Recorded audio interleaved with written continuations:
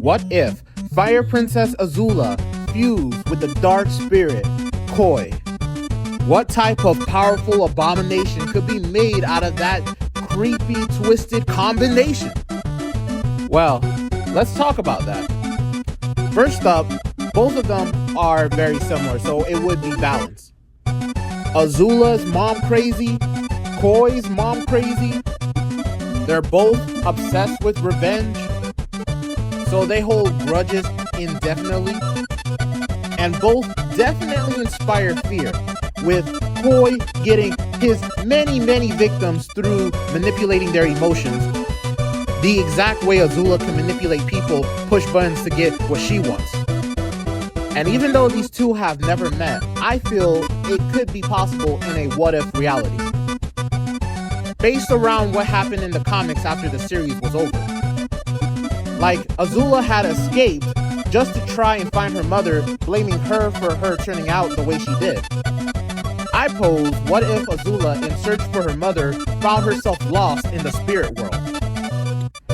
Like, she was just looking in some dark forest and just accidentally stumbled through a portal into the spirit world. You might say it's crazy, but it happens in the Avatar world.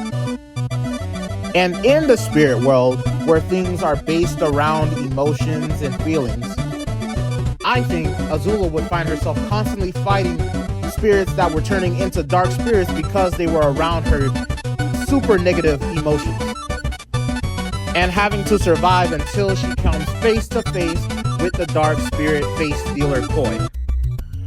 Where there, Koi would immediately try to go for her face, but stop himself in realizing that this person is somehow connected to the Avatar. Not just that, but blames the Avatar for all the terrible things that have happened to her and for her brother beating her.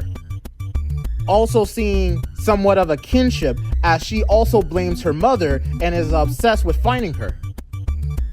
The same way Koi is obsessed with finding the mother of faces, as they are his mother.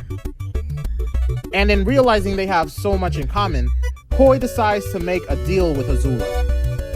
If she allows him to become one with her, he promised that both their powers combined will allow them to achieve both of their goals. Azula accepts this, turning even more twisted, becoming the Mad Avatar. Her already destructively powerful firebending becomes even more powerful, and as a bonus gains the power of Koi to disguise herself in many faces that Koi has stolen in the past.